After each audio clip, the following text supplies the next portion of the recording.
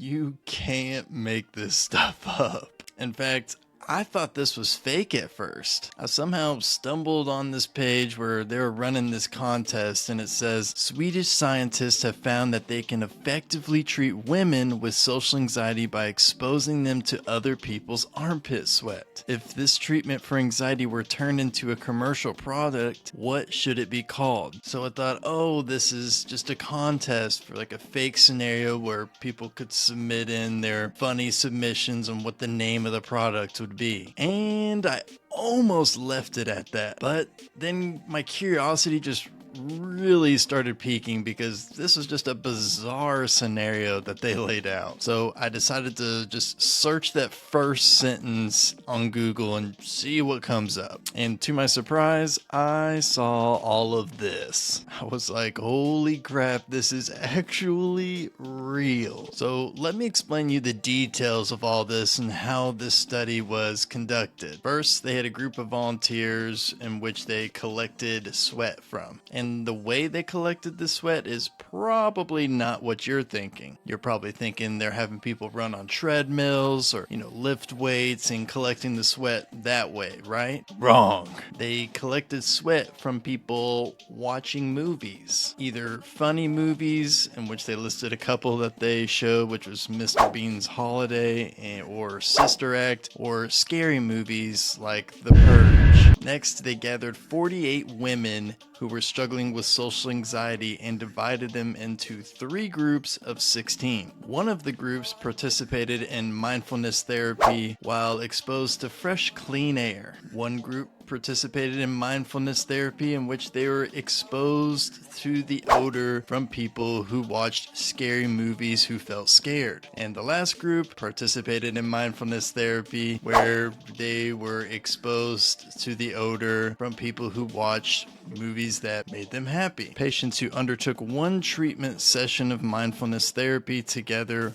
while being exposed to human body odors showed about a 39% reduction in anxiety scores. And there was only a 17% reduction in anxiety scores when you removed the body odor. Elise Vigna, the lead researcher of this study, said this: "We were a little surprised to find that the emotional state of the person producing the sweat didn't differ in treatment outcomes. Sweat produced while someone was happy had the same effect as someone who had been scared by a movie clip." What? Really? I'm no scientist or biologist or whoever the heck would know anything about sweat, but does sweat really differ whether you're happy or scared? If so, I'm shocked. I've never heard that before. Anyways, bottom line is that smelling sweat while participating in mindfulness therapy was proven to reduce social anxiety levels more than if you just did mindfulness therapy and not smelling sweat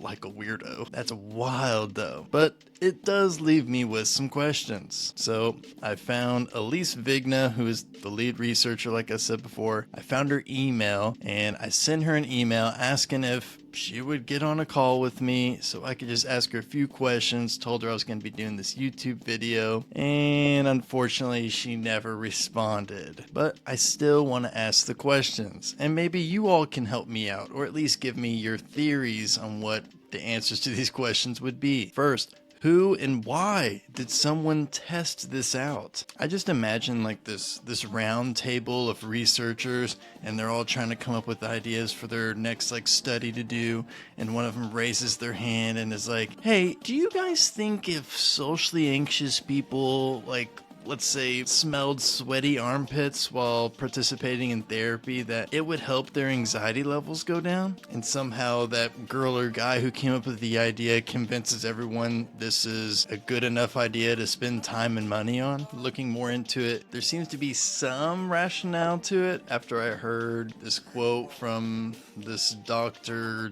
Mark Siegel, who's the clinical professor of medicine at NYU Langone Medical Center. You can see why I couldn't memorize that. But anyways, He said this: smells trigger the limbic system of the brain, which either triggers strong emotions or calms you. Depending on the scent, it may also trigger calming memories. So maybe that's the rationale behind, testing out the smell with therapy. I just thought they might have tested out the smell of lavender or freshly cooked bacon while practicing therapy instead of sweat. My next question I covered a little bit already, but why in the world did they test sweat from different emotional states? I want to learn more about the difference between your happy sweat and your scared sweat. And I found this article on HuffPost. When you experience joy, you produce chemical compounds that others pick up on when they smell your sweat. According to a small study just published in the journal Psychological Science, those chemicals create a contagion effect so that your happy sweat can make others feel happier too. I am just learning so much today. My last question is, how could this be practically used? Are they going to make like little candles that they sell to therapists that smell like body odor? It reminds me of Gwyneth Paltrow's candle she released a few years ago. The actress who played Avengers, in which I just did a really good video on about Thor and his depression through the Avengers. Anyways, though,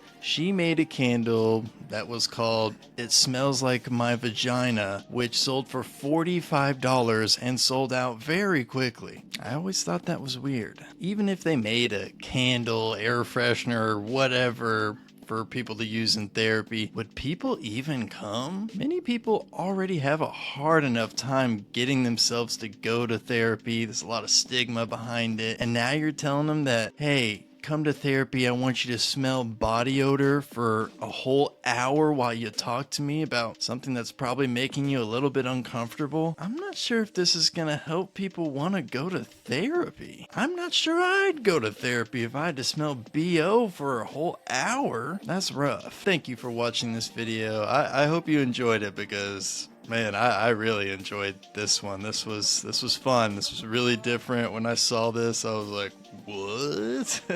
So I knew I had to make a video on it.